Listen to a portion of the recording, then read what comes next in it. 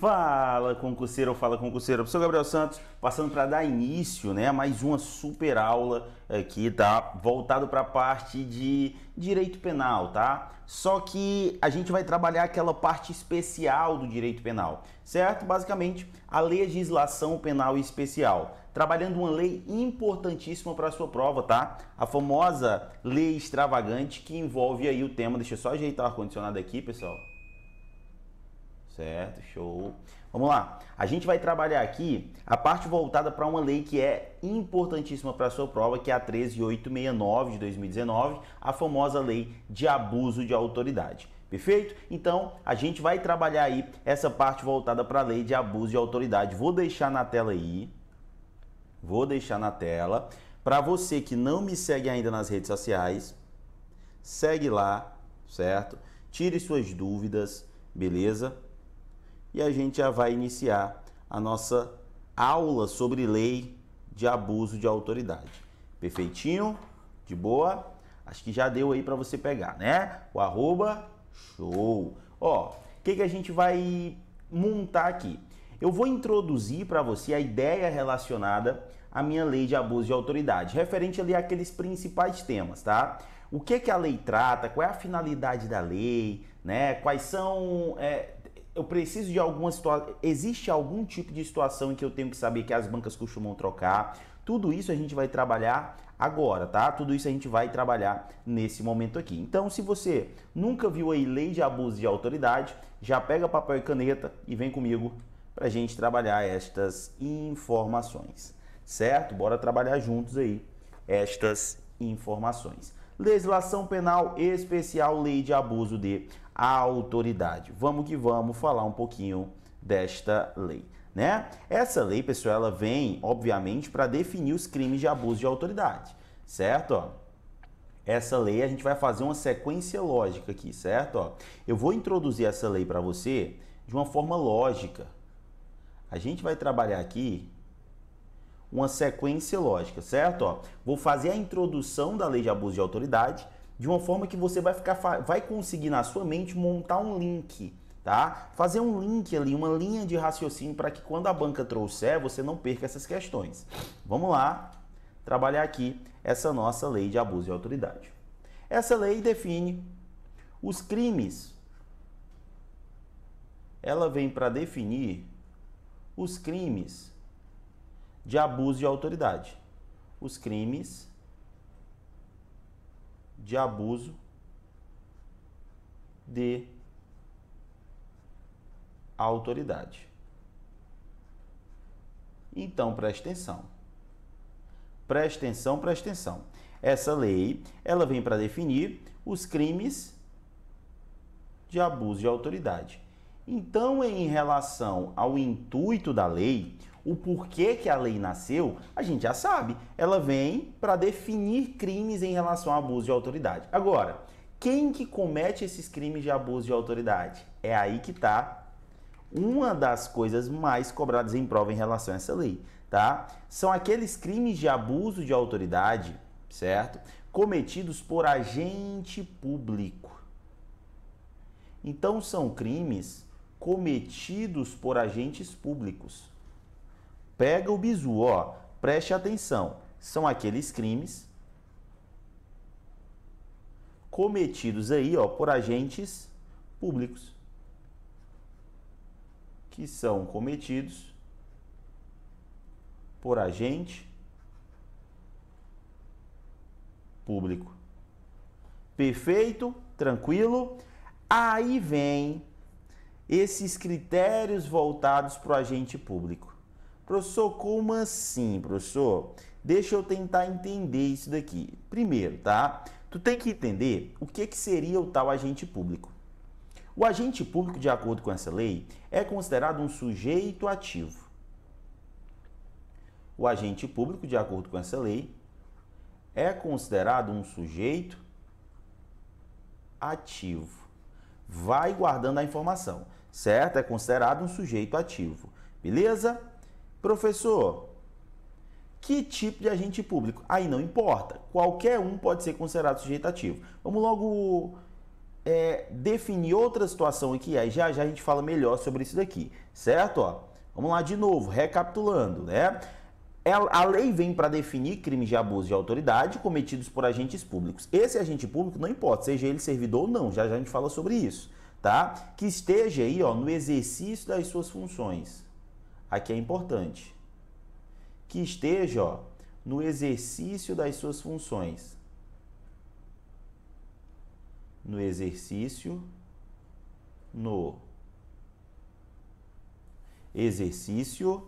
certo? Das suas funções ou a pretexto de exercê-las. No exercício das suas funções, ou a pretexto de exercê-las. No exercício das funções, ou a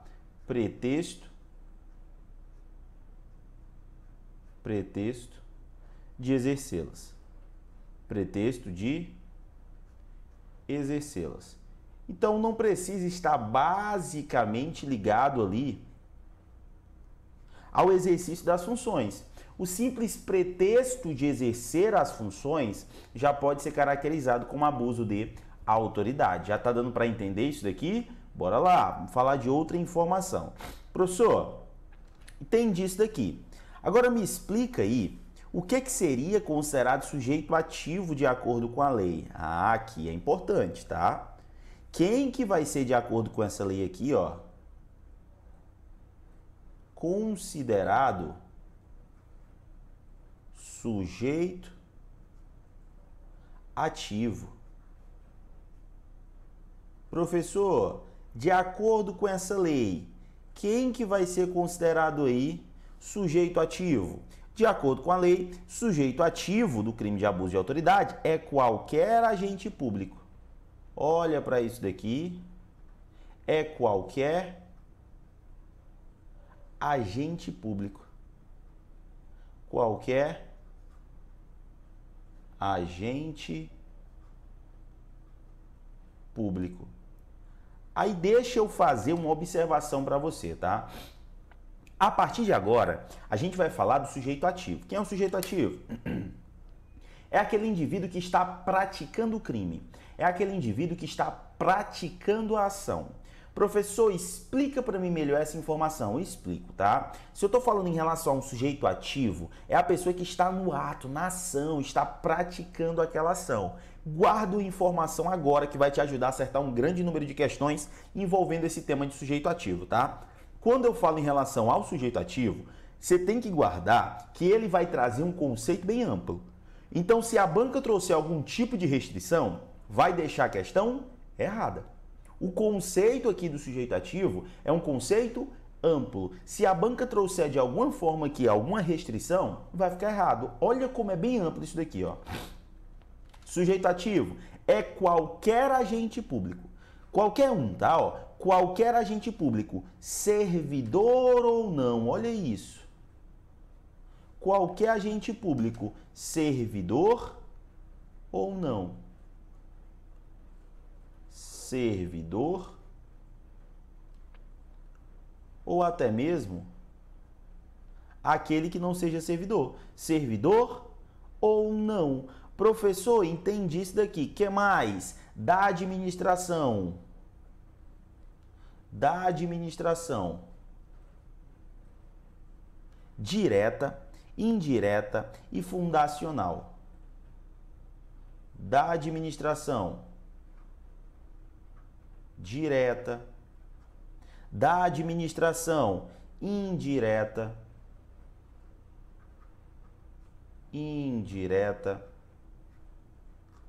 da administração fundacional. Olha que interessante, ó.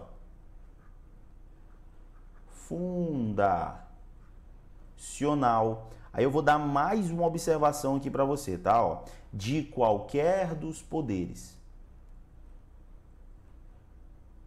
De qualquer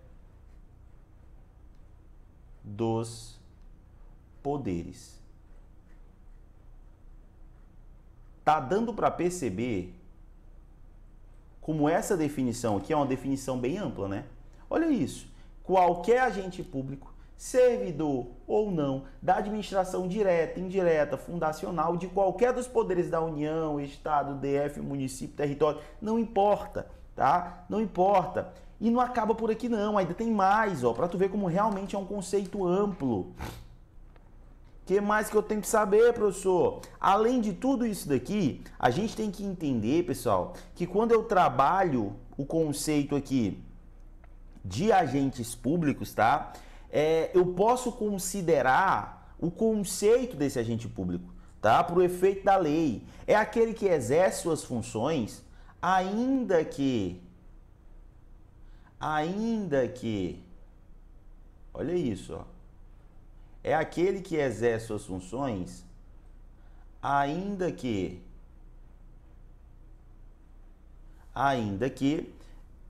transitoriamente ou sem remuneração.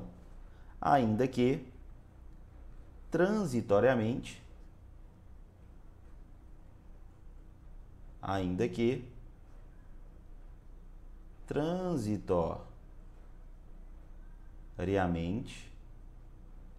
ou sem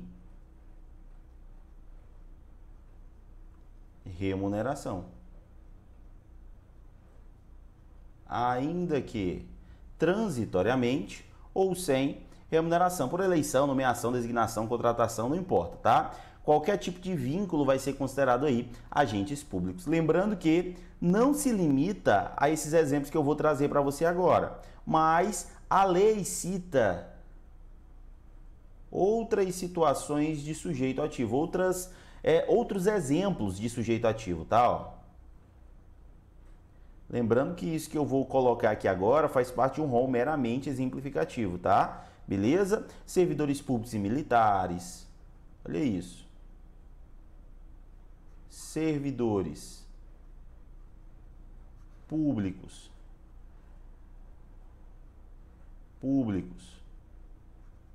Militares.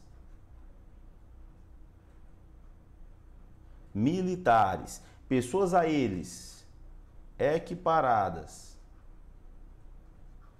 Os equiparados. Beleza? Membros do Legislativo. Os membros, ó. Membros do Legislativo. Membros do Judiciário. Membros do Executivo. Beleza? Ó, membros do Ministério Público. Membros do Ministério Público. Ministério Público. Membros do Ministério Público, membros dos tribunais ou conselhos de conta, membros dos tribunais,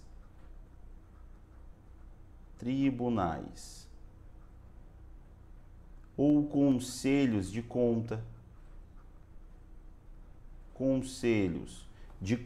Então, tudo isso daqui, pessoal, é considerado sujeito ativo dos meus crimes de abuso de autoridade. Sabe o que é mais interessante ainda? O mais interessante é que você tem que entender que aqui eu não vou ter um critério absoluto, tá? Aqui eu não tenho um rol taxativo exaustivo, eu vou ter um rol exemplificativo, tá? São só exemplos. Fora esses que o artigo 2º da lei cita, eu tenho várias outras situações, beleza? Então, muito cuidado com isso daqui. Depois que eu entendi isso, eu tenho que saber que para cometer abuso de autoridade, eu tenho que ter uma famosa finalidade, certo? Professor, e qual é a finalidade? Tá? Qual é a finalidade que eu tenho que entender? As condutas relacionadas, descritas nesta lei, que constituem o tal abuso de autoridade, né? Vai ter que ser praticada por um agente público tentando buscar ali uma finalidade específica. Então é isso que a banca vai te perguntar. Quais são as finalidades específicas relacionadas à lei de abuso de autoridade? Ó, finalidade específica. O que vai ser considerado uma finalidade específica? Aí tu preste atenção no que a gente vai trabalhar agora. Ó. É considerado finalidade específica prejudicar outrem. Aí eu vou colocar, não vou nem colocar dessa forma não, eu vou trazer um bizu para você. Porque se não for, é aquilo que eu falo sempre, né? Se não for para facilitar a tua vida, eu nem venho. Eu tô aqui para facilitar mesmo, tá? Só comete abuso de autoridade, pega o bizu. Só comete abuso de autoridade quem gostar, o agente que gostar, ó, de MPB.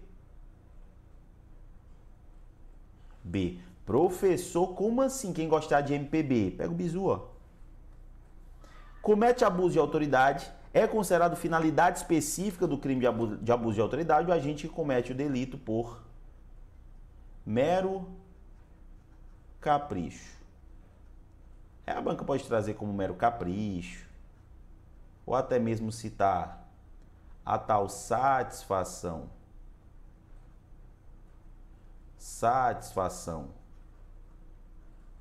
pessoal, certo? Ó, a pessoa que praticar o crime buscando ali, né, por mero capricho, satisfação pessoal, que busca prejudicar outrem,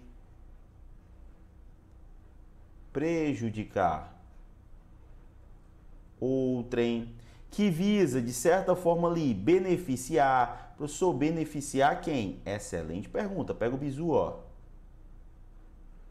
Beneficiar. Olha isso, ó. Beneficiar. Aí o benefício não importa, tá? Pode ser um benefício a si mesmo ou a terceiro. A si mesmo. A si mesmo ou a terceiro. Ou a terceiro. Beleza? Então guarda esse bizu, ó. Para cometer abuso de autoridade, tem que ter a tal finalidade específica. Para ter a finalidade específica, a gente vai ter que lembrar de quê? Do MPB. O agente ele tem que gostar de MPB, tem que gostar de cometer o crime por mero capricho ou satisfação pessoal, tem que gostar de cometer o crime para prejudicar outro, tem que gostar de cometer o crime para beneficiar a si mesmo ou a terceiro. Perfeito? Então a gente vai ter aí essas informações. Tira o print aí da tela, tira o print enquanto eu molho a garganta aqui, para não faltar voz.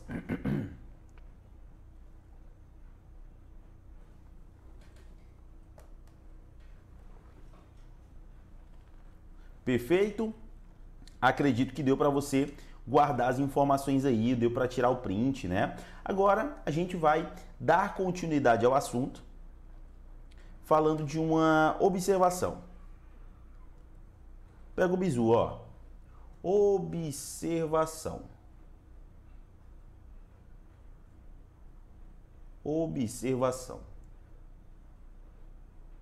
Imagine alguém sendo punido porque interpretou de forma errada, alguém sendo punido por abuso de autoridade, tá?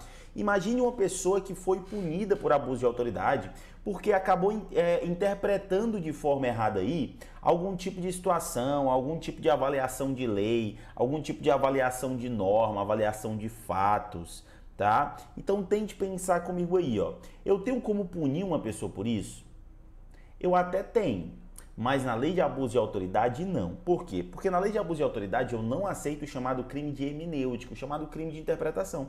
Olhe para cá. Olha para cá, ó. Observação. Olha a observação aqui, ó. Presta atenção. A divergência na interpretação é que é importante. A divergência, a diferença, conflito na interpretação,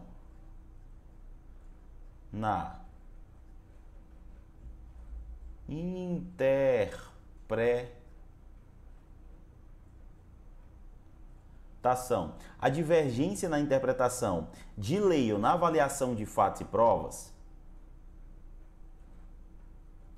de lei,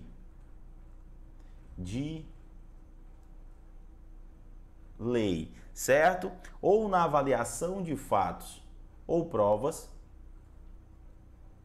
ou na avaliação de fatos e provas, fatos e provas, isso daqui não configura abuso de autoridade.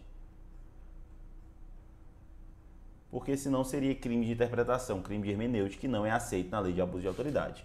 Certo? Afasta o abuso de autoridade, ó. Não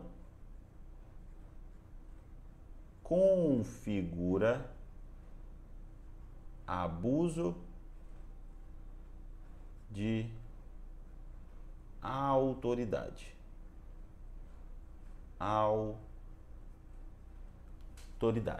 Beleza? Então guarde aí essas principais informações, tá? Que a gente já trabalhou aí os principais quesitos, as principais informações referentes ao assunto da minha lei de abuso de autoridade. Então, tudo que a gente viu até agora são temas importantíssimos. Mas não tem como eu não trabalhar contigo ou não falar para você os critérios voltados para o tipo de ação que é adotado na minha lei de abuso de autoridade. Olha o que a gente já falou até agora. Falamos a finalidade da lei, tá? Trouxemos a finalidade específica, falamos ali da situação voltada para não existir dentro da lei de abuso de autoridade crime de hermenêutica. A gente trabalhou o critério voltado para agente público, conceito de agente público. A gente trabalhou quem são os sujeitos ativos, né, dessa lei de abuso de autoridade, quem é que pode praticar os crimes de abuso de autoridade. Agora a gente vai falar do tipo de ação adotado aqui na minha lei de abuso de autoridade. Então volta para cá. Vamos deixar o quadrinho limpo e vamos falar agora exatamente dessa situação, tá? Ó, da previsão da ação penal utilizada aqui no crime de abuso de autoridade, tá? Ó, a gente vai trabalhar agora a tal ação penal. Olha que interessante, tá? A ação penal, os crimes previstos na lei são de ação penal pública incondicionada. Anote a regra. Os crimes previstos nessa lei são de ação penal pública incondicionada. Anote a regra. São de ação penal pública incondicionada.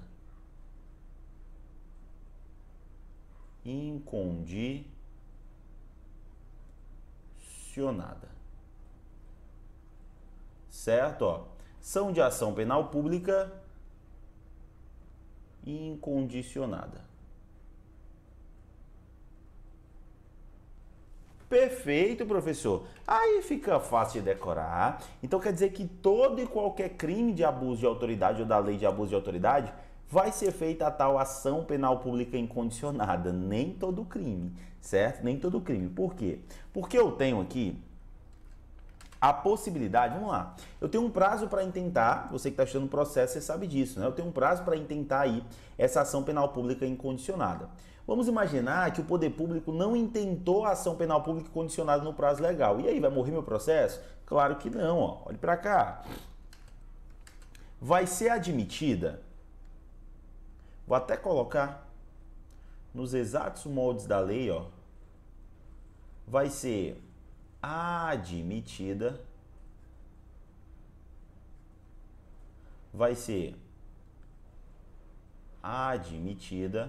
preste atenção, uma ação privada subsidiária da pública, uma ação privada subsidiária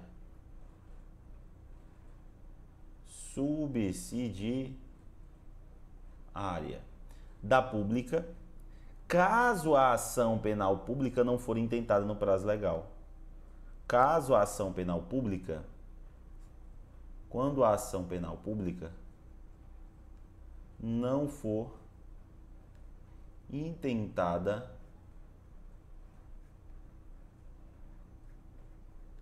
no prazo legal. Beleza? Então, a regra é que eu tenho uma ação penal pública incondicionada. Beleza? Mas eu posso ter uma ação privada subsidiária da pública se aquela ação penal pública condicionada não for intentada no prazo legal. Perfeito? Vamos lá para o restante das informações. Nessa ação privada subsidiária da pública, pessoal, o MP ele tem muita força, certo? E você tem que guardar isso daqui, ó. O Ministério Público, olha a força que o MP tem. O Ministério Público. O Ministério Público, certo? Ele vai poder, ó, aditar queixa. O que é que o MP ele vai poder fazer aqui? Ele vai poder aditar queixa. Aditar queixa, certo? Ó, ele vai poder aditar queixa, ele vai poder repudiar essa queixa, ó, repudiá-la,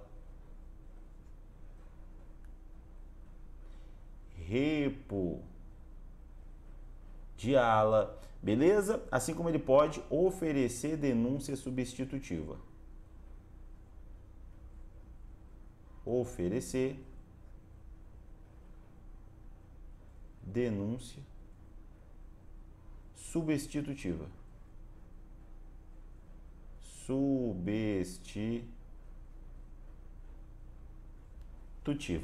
Então, ele vai poder aditar queixa, ele vai poder repudiar essa queixa, assim como pode oferecer uma chamada, né, denúncia substitutiva.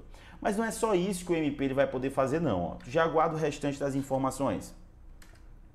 Além de tudo isso daqui, pessoal, ele vai poder intervir em todos os termos do processo. Olha a força que o MP tem aqui.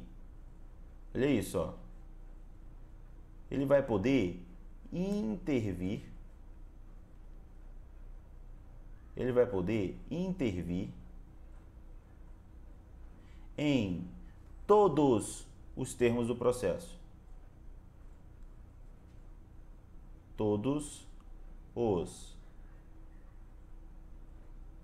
termos do processo.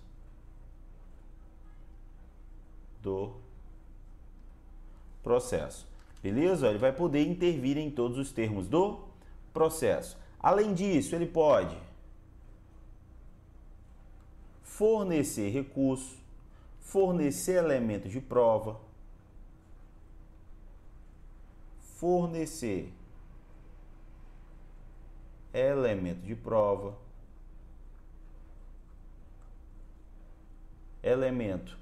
prova, tá? Os famosos elementos de prova. Que mais, professor? Ele vai poder ali, ó, interpor recurso. Ele vai poder, ó, interpor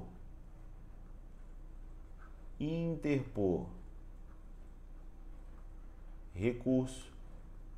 Que mais, professor?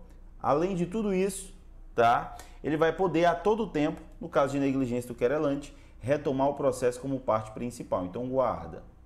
Ele vai poder, ó, retomar o processo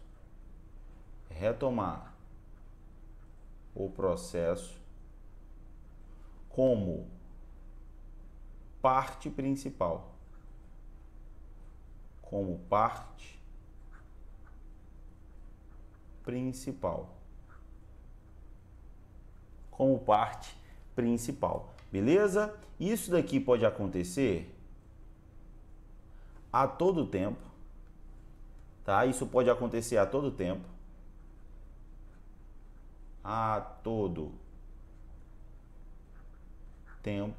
Seguindo as regras legais, certo? No caso de negligência do interessado.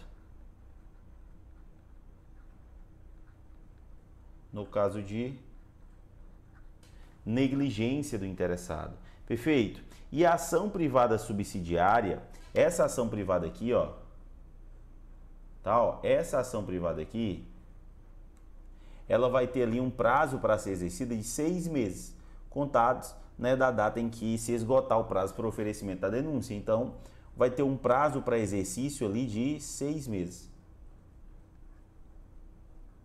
6 meses.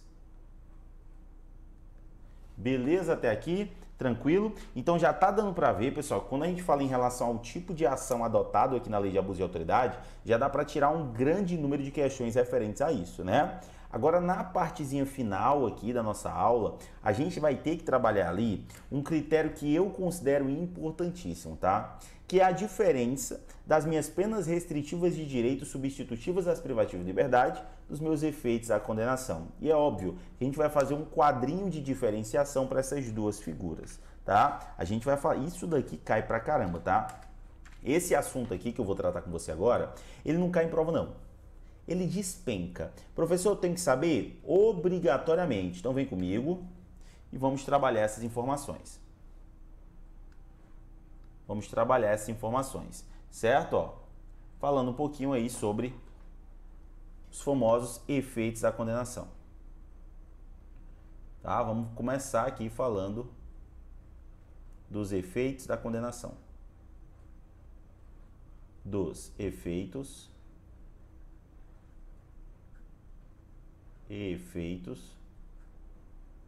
da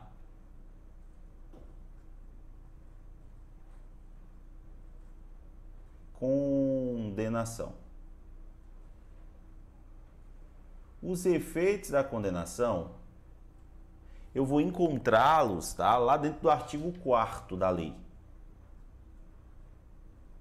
Lá dentro do artigo 4º da lei. Beleza? E eu tenho também algo que a banca costuma muito tentar confundir, as chamadas penas restritivas de direito substitutivas das privativas de liberdade. Olha como é simples. Agora que eu entendi isso daqui, a gente vai falar um pouquinho das chamadas penas restritivas de direito. Penas restritivas de direito.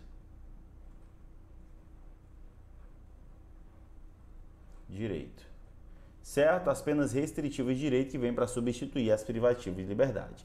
Tranquilo? São penas substitutivas e não cumulativas, como as bancas gostam de trazer. São penas ali, ó, substitutivas. Vou até trocar a cor, ó.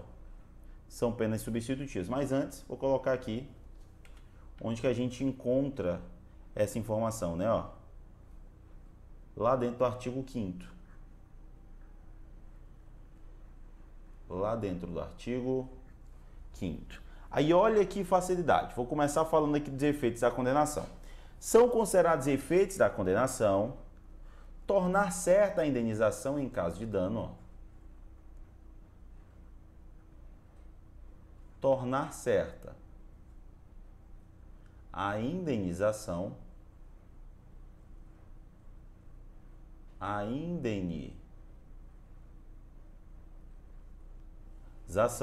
tornar certa a indenização, a obrigação de indenizar o dano causado pelo crime de abuso de autoridade, certo? Ó, devendo o juiz, ele vai poder, ó, fixar na sentença o valor máximo dessa indenização. Fixar na sentença o valor máximo. Certo? Ó, fixar na sentença ali, opa, máximo não, pelo amor de Deus. Que é isso, professor, que eu me confundi? Cuidado, isso aqui é exatamente o que a banca faz. Fixar na sentença o valor mínimo.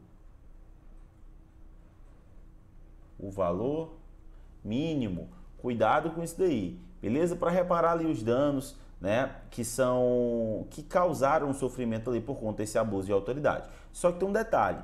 Isso daqui, pessoal, só acontece se eu tiver um requerimento do ofendido.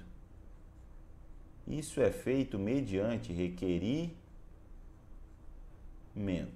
Esse requerimento é feito pelo ofendido. Perfeito? Tranquilo? Primeiro efeito da condenação: tornar certa a indenização em caso de dano para ser reparado esse dano, devendo o juiz fixar na sentença o valor mínimo da indenização se tiver requerimento do ofendido. Primeiro efeito da condenação. Professor, segundo efeito da condenação, vamos falar agora. Perda do exercício do cargo, função, mandato. Perda do exercício do cargo, do mandato, da função pública. Perda do cargo,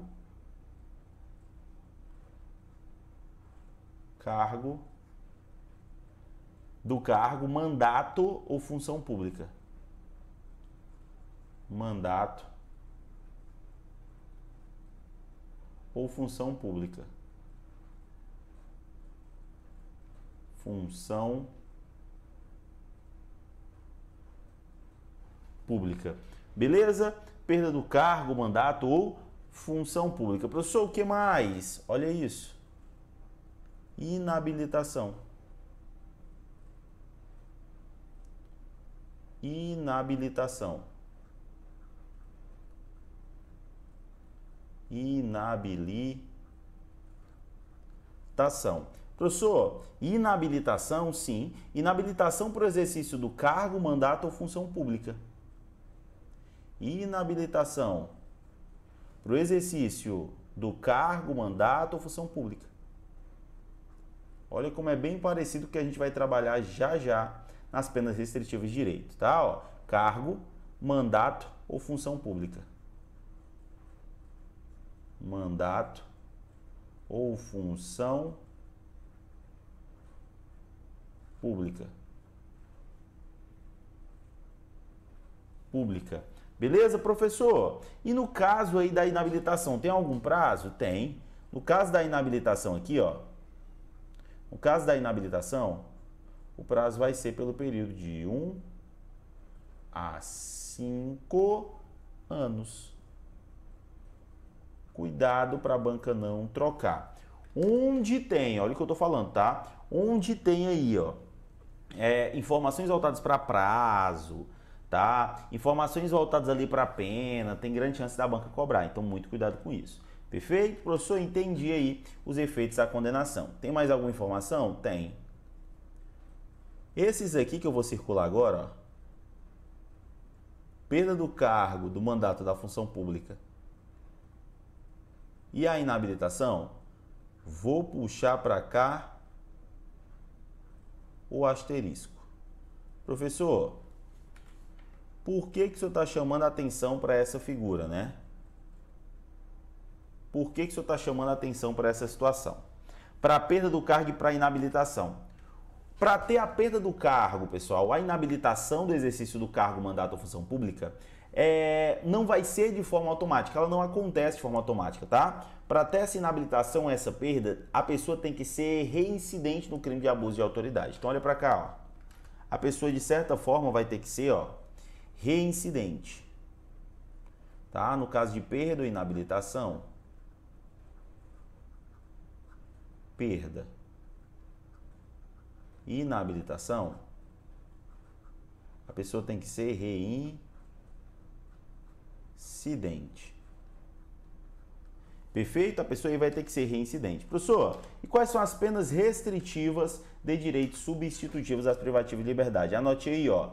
Elas são substitutivas das penas privativas de liberdade, a famosa PPL, certo? São substitutivas das penas privativas de liberdade. Professor, e quais são? A gente tem a prestação de serviço à comunidade e entidades públicas. Nós temos a prestação de serviço. Prestação de serviço. Aí preste atenção porque tem duas situações aqui, tá? Prestação de serviço à comunidade ou a entidades públicas, já que eu estou falando de agentes públicos. Vai trabalhar de graça no amor, tá? Ó. Prestação de serviços à comunidade. Comunidade. Ou até mesmo, ó, a situação voltada ali, né, para as entidades públicas por estar falando de agentes públicos. Certo? Ó, entidade pública. E claro que eu não posso esquecer daquilo que mais confunde com o efeito da condenação, que é a suspensão do exercício do cargo, função, mandato. Suspensão do exercício do cargo, da função ou do mandato. Certo? Ó. Cargo, função, mandato. Só que aqui muda, tá? Ó. O prazo aqui ele não vai ser mais de 1 a 5 anos, certo? Vai ser de 1 a 6 meses. De 1 a 6 meses. Beleza? Tranquilo? Lembrando que essas penas restritivas de direito aqui, vou colocar até, ó, a título de observação, para encerrar a nossa aulinha, tá? Ó, a título de observação, você tem que entender que elas podem ser aplicadas de forma autônoma, ou seja, sozinhas, né? Ó,